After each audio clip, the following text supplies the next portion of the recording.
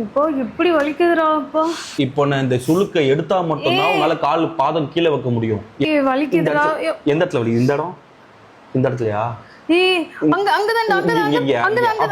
பொறுமை, அந்த சுளுக்க மட்டும் எடுத்து பேண்டேஜ் ஒட்டா சரியாயிரும்டி.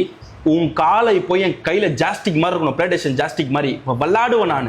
உன் பெயின் ஃபுல்லா என் பெயின் போறேன். இப்ப நான் பெயின் விளையாட போறேன்.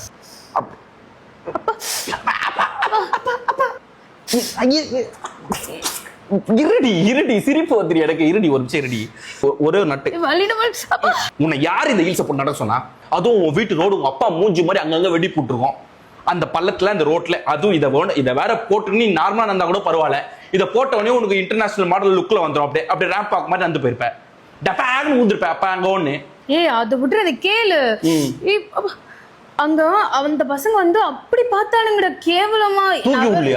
தூக்கி விடுறத விட அவனுங்க வந்து அப்படி பாக்குறானுங்க, கீழயும் மேலயும் அங்க அங்க. ஆக்சுவலா ஏன் அப்படி பாக்குறானுங்க? அதுவும் ஒரு பாடி பார்ட், அவ்வளவுதானே.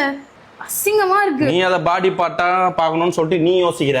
ஆனா பாக்குறவன் அந்த மாதிரி உறுப்பா பார்க்க மாட்டான்ல. இப்ப நீ என்ன சொல்ற? என்ன தப்புன்னு சொல்றியா? இப்ப எதுக்கடி என் பக்கம் திரும்புற?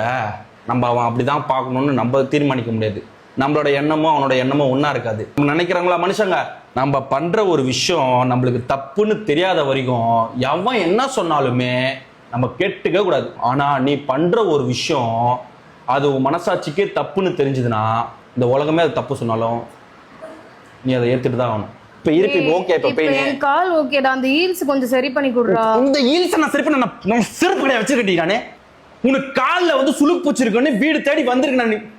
அது ரொம்ப காஸ்ட்லிடா. எங்க அப்பா வருவாங்க. காஸ்ட்லி மூக்கு சளி எடுத்து மூஞ்சிலே அடிச்சிருவேன். கம்முன்னு நான் சொல்லிட்டு நானு. காலை காட்டு.